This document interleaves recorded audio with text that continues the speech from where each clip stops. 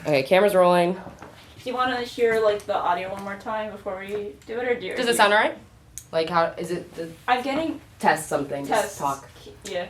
How's everybody doing? We're gonna be doing a lot of lip smacking tonight. Both my parents are musicians, and so they both work on Broadway and do various like musical gigs.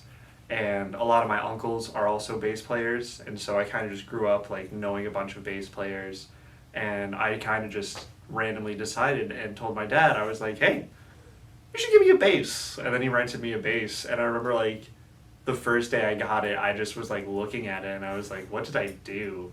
Like I'm in 3rd grade, like looking at this new bass that's in my room, and I'm just like, I have no idea what I'm gonna do with this. How tall were you compared to your first bass?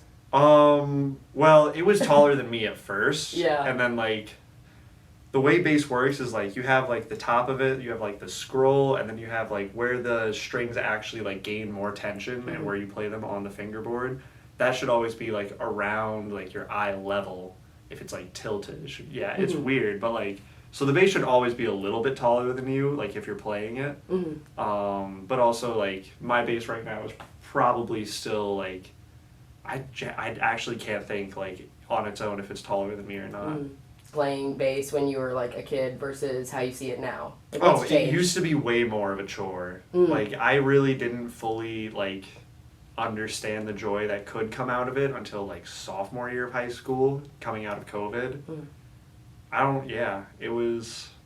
never really liked practicing until like I found jazz, and then I was like, hey, this might be something I want to do forever. So yeah.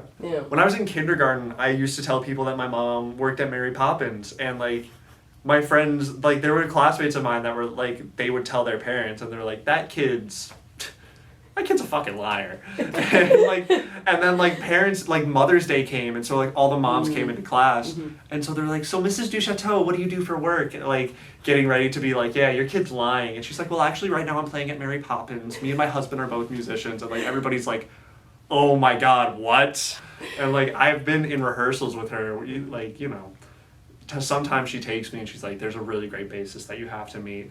And sometimes they just couldn't get a babysitter when I was younger. So I would go into shows and I would go see rehearsals and I would like watch her do her thing.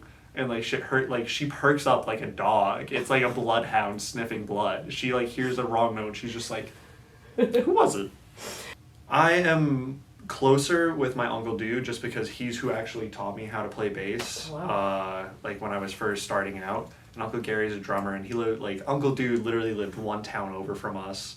And then Uncle Gary lives in New Jersey, so yeah, it's a little harder to get out to see him just because New Jersey. I was wondering if you could tell me more about like your parents, how they originally met.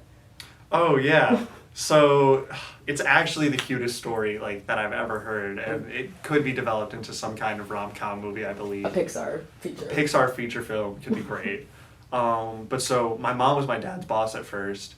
And my great uncle Bob, who was also a jazz musician, turned into a Broadway musician, basically hired my dad at first and was like, just come sub on this tour for a little bit. And then my dad just kind of got sucked into that whole world of playing like on Broadway tours and was touring America for a bit. And so he made a few friends like on different tours that he did. He started on, I think, like Les Mis.